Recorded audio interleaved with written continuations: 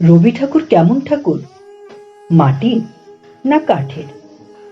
এই কথাটি লেখা নেই রুমুর সহজ পাঠে। মাটিরও নয়, কাঠেরও নয়, ঠাকুর তিনি প্রাণের। আমাদের সেই প্রাণের ঠাকুর রবি ঠাকুরের জন্মদিন আজ 25শে বৈশাখ। 25শে বৈশাখ মানেই তো বাঙালির প্রাণের উৎসব, বাঙালির তানের উৎসব, বাঙালির এক গানের উৎসবও বটে। রবীন্দ্রনাথ শুধু একটি নাম নয়, তিনি এক অনুভূতি। বাঙালির সুখে দুঃখে, মরণে বাঁচনে, আনন্দ উল্লাসে, সর্ব অনুভূতিতেই তিনি যেন বিরাজমান। আজও তিনি প্রতিটি মানুষের হৃদয়ে রয়েছেন। তাই আজ এই শুভক্ষণে তাকে স্মরণ করে আমাদের এই ক্ষুদ্র প্রয়াস রবি কিরণে।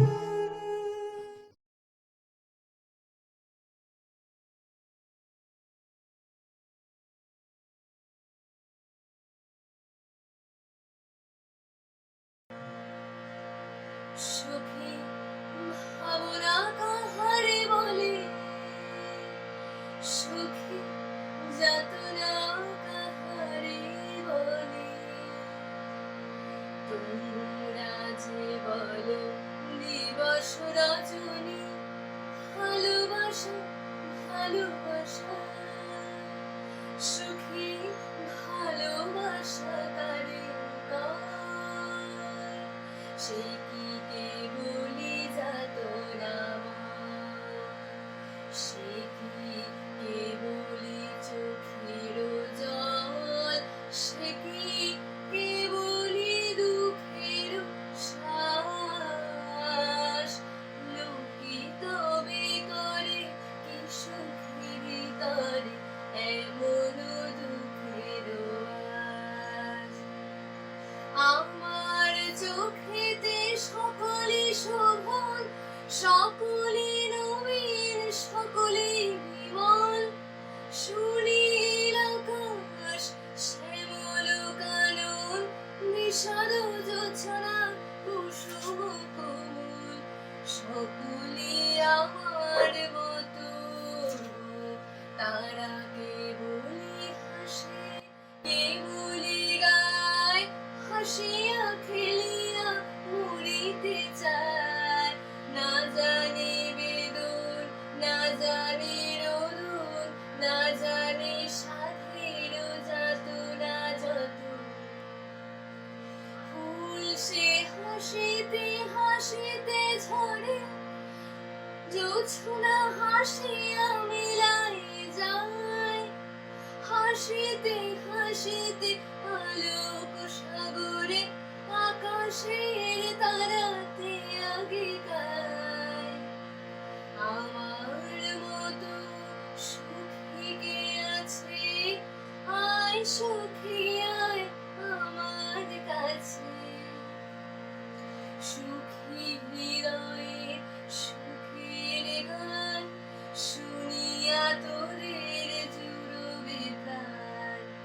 প্রতিদিন যদি কাঁদিবি কেবল, একদিন নয় হাসিবি তোরা, একদিন নয় বিষাদ ভরিয়া, সকলে মিলিয়া গাহিব মোরা।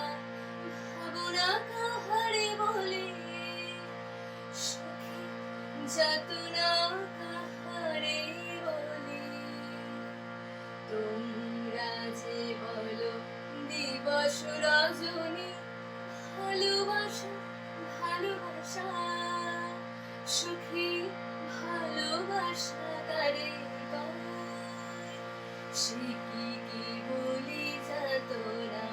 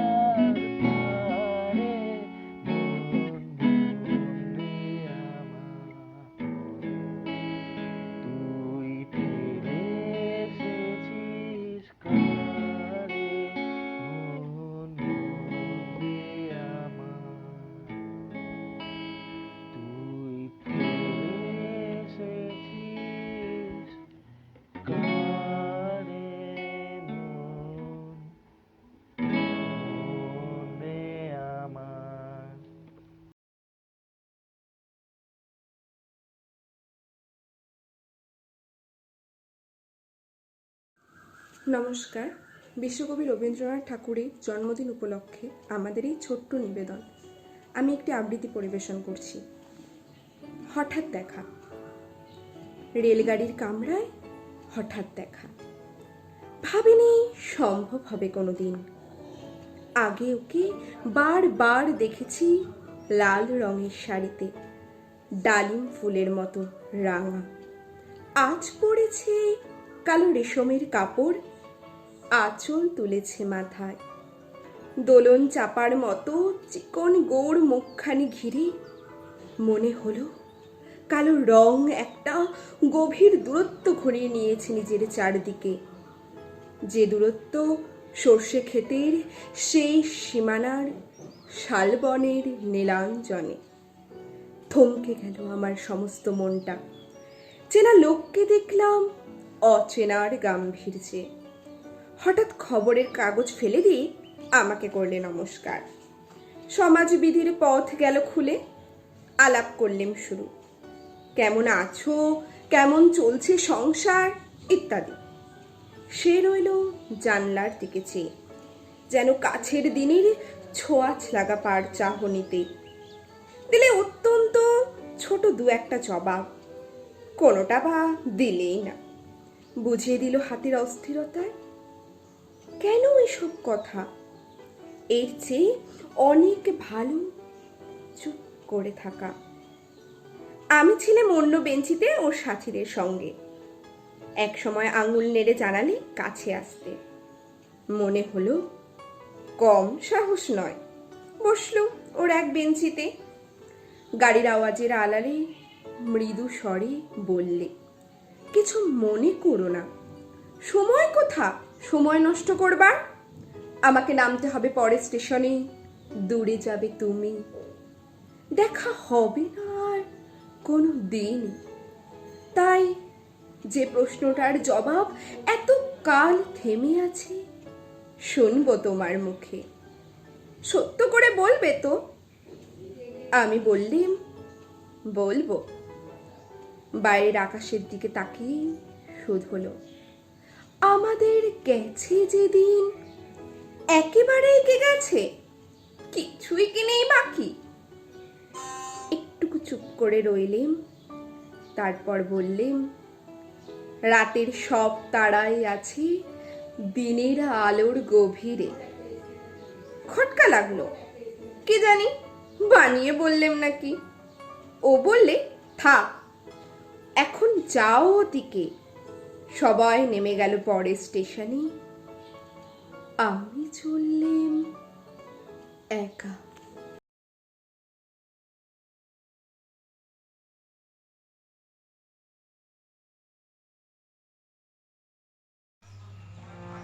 ও যে মানে না মানা, ও যে মানে না মানা, আঁখি ফিরাইলে বলে না না না। ও যে মানে না